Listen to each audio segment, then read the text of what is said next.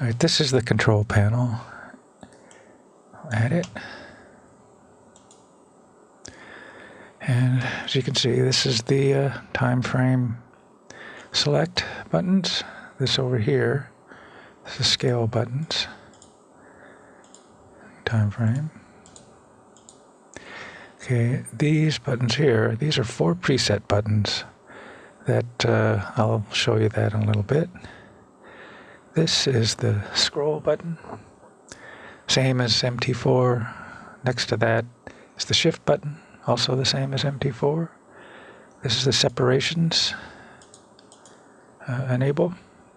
And then this is the, basically the candles are above the indicators, or you press it down, the candles are below. This is candle mode select, line. I should zoom in a little bit more. Line, bar, and candle.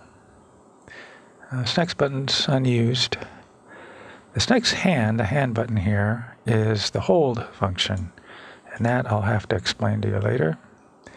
And then the next button is the lock in place button, the global lock in place, which will, when you press it, all the indicators, trend lines, anything else that you have on there, horizontal lines, vertical, they'll all stay right where they're at. They can't be changed.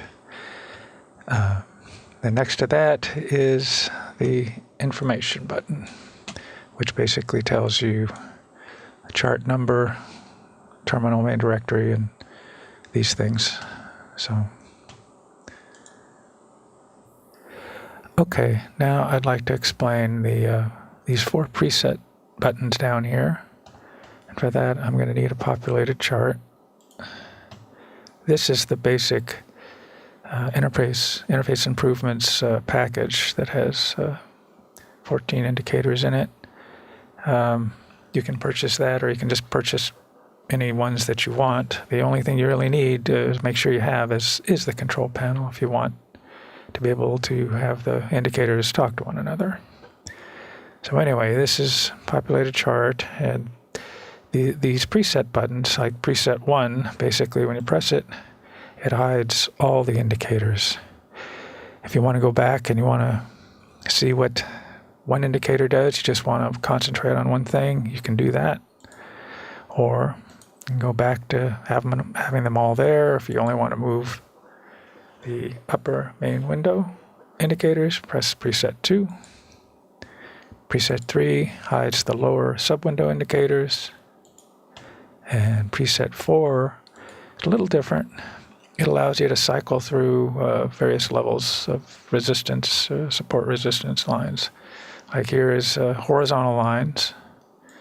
Press it again, now are trend lines, moving averages. Looks like that's a monthly pivot. And now we're in quarterly pivots, and then yearly pivots. And then we're at the round numbers. And finally back at horizontal lines.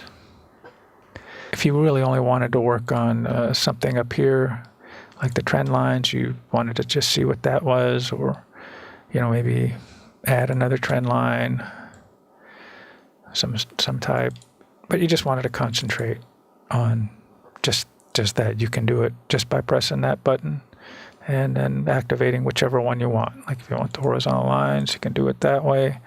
Vertical lines, shapes, which we don't have any at the moment, but anyway, or you just press it back and it goes back to normal. Okay, next I'd like to show you the dialog box and what it does. This first setting, you can select the background color of the control panel. Here it's set to the chart background, which is white, or you can set it to foreground color, which is black, it looks like. Or you can set it to user select color, which is orange-red here. I'm just going to put it back to the background color. Next, we have use global font colors, and this will affect the fonts in the control panel of all the indicators. Like, for example, it's already set to yes, that's the default, but I'll change it so it's red, and I'll put black. And that way you can change it to any color, that you'd like. But that's what that particular thing does. And if this is set to no, you can then change the time and scale buttons, these buttons here, to, right now these are set to be Dodger blue and gray. The parameter buttons, which are these buttons down here. You can select that color, and the button height color, which are these buttons over here. Talking about the button height, I might as well go over and show that. That's what these do. And you can select the height of these buttons. It's really just so it controls or it has a set height for the control panel. Here, like this is 3 lines high, 4 lines, so you can access those if you want. And then I put this in. These are list buttons, so you can access any of these individual trend lines, horizontal lines, or whatever. But in the control panel, so you can set these, how high they are. Like that first one was 3. This first one over here, 3. This is 4, and this was 15. So that's where those are set. The next thing is the hold function, which is going to take a little bit. I'll come back to that. The shift percent is basically, I'll set it to 50, and I'll hit the shift key. It now repositions it, so you have all this room over here set at 50%. Go back. And now I can set it at 10% is what I have the default set at. And now it's 10% of the screen. Or you can obviously turn it off if you wanted. But the next part is the indicator height. You can change these. You can set these to whatever you want. These are in pixels, actually.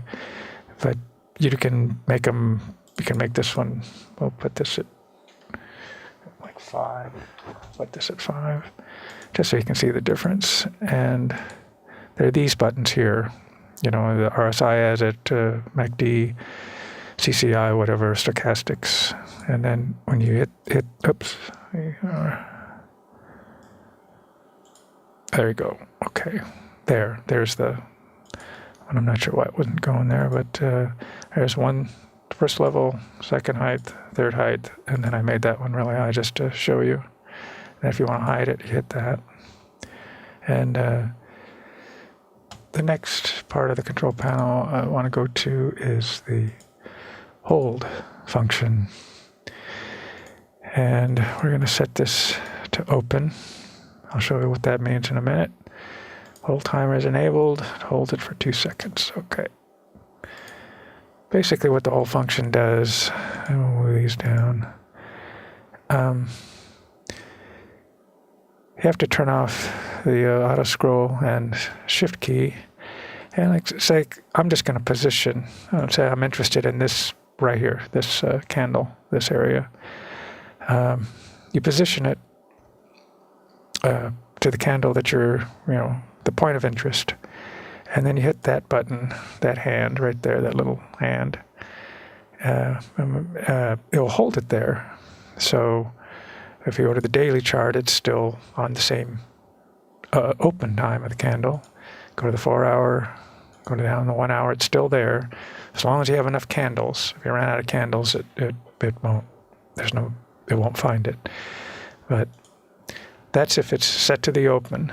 It has another option here where, in case you're just back testing and you don't want to know what the next candle is going to do, you can set it to the close of the candle.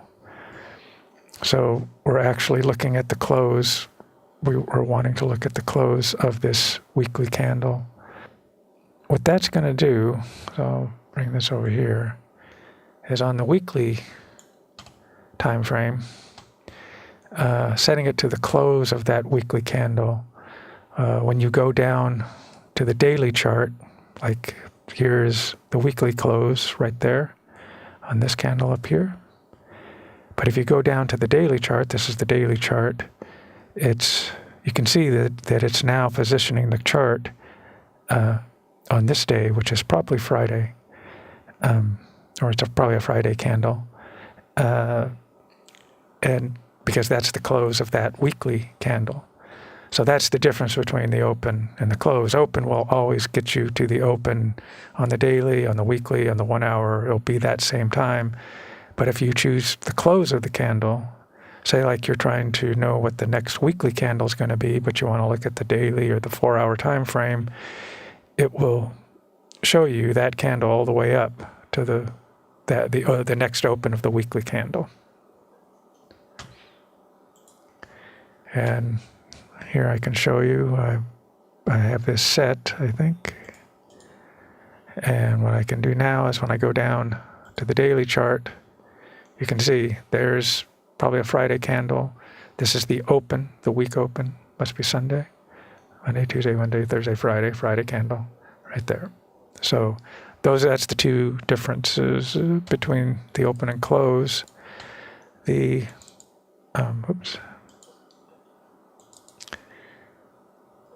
This hold position number of seconds, what it does is it will basically hold, when it gets to this position, it'll keep it there for, say, that was set to 2 seconds. And then after that, you can, for example, hit the F12 key and you can move forward if you wanted, for example. But when you go back and hit change time frames again, it will move it, reposition it back. But see, like right now, it's right. I'm not connected to the internet, but if it was connected, it would keep coming back to this position. And then after 2 seconds, you could then hit the F12 key and go forward. So that's what that setting does. And the last part of this brief introduction to the control panel is this edit button over here. When you hit that, it'll allow you to move things, reposition them wherever you think they need to be, or if you're trying to create your own layout, or if you're using whatever indicators you want. You don't have to have all these. You can just pick and choose whichever ones you want. It'll allow you to do that. Just make sure you turn it off when you're done.